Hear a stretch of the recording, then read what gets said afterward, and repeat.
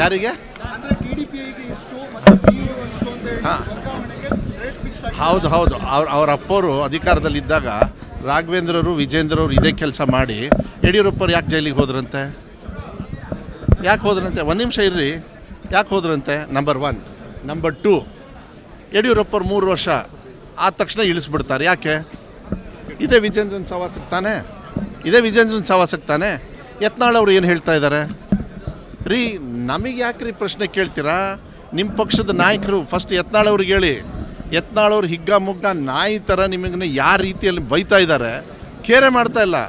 ಅವ್ರು ಏನಂದರೆ ಹಿರಿಯರಂತೆ, ಹಿರಿಯರ ಕೈಲಿ ಬೈಸ್ಕೊಳ್ಳೋಕೆ ನಾಚಿಕೆ ಆಗಲ್ಲ ಒಬ್ಬ ರಾಜ್ಯದ ಒಬ್ಬ BJP ಅಧ್ಯಕ್ಷನಾಗಿ ನಮ್ಮ ಬಗ್ಗೆ ಹೇಳೋದಕ್ಕೆ.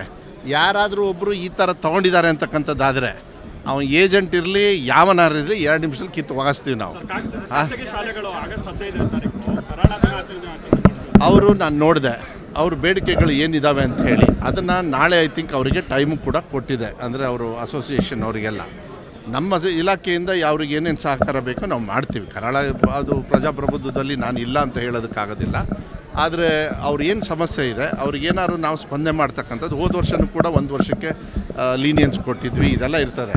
ಅವ್ರು ಏನು ಬೇಡಿಕೆಗಳನ್ನ ಇರ್ತಾರೆ ನಾಳೆ ಅವರು ಮತ್ತು ಈವನ್ ನಮ್ಮ ಸರ್ಕಾರಿ ಟೀಚರ್ಸ್ದು ಕೂಡ ಒಂದು ನಾಳೆ ಸಮಯ ನಿಗದಿಪಡಿಸಿದೆ. ನೋಡ ನೋ ಸ್ಪಂದನೆ ಅಲ್ಲ, 1 ನಿಮಿಷ ಹೇಳ್ತೀವಿ. ಸ್ಪಂದನೆ ಅಂದರೆ ಏನು?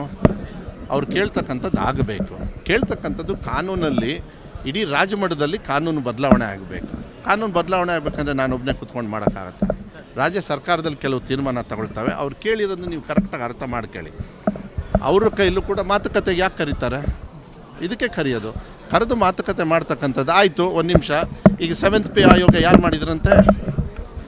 ಅದು ಶಿಕ್ಷಕರ ಪರವಾಗಿ ನಾವ್ಯಾರು ನಿಲ್ಲಿಲ್ಲ. 40% ರಾಜ್ಯದಲ್ಲಿರ್ತಕ್ಕಂಥ ನೌಕರರು, 40% ನೌಕರು they are in my department.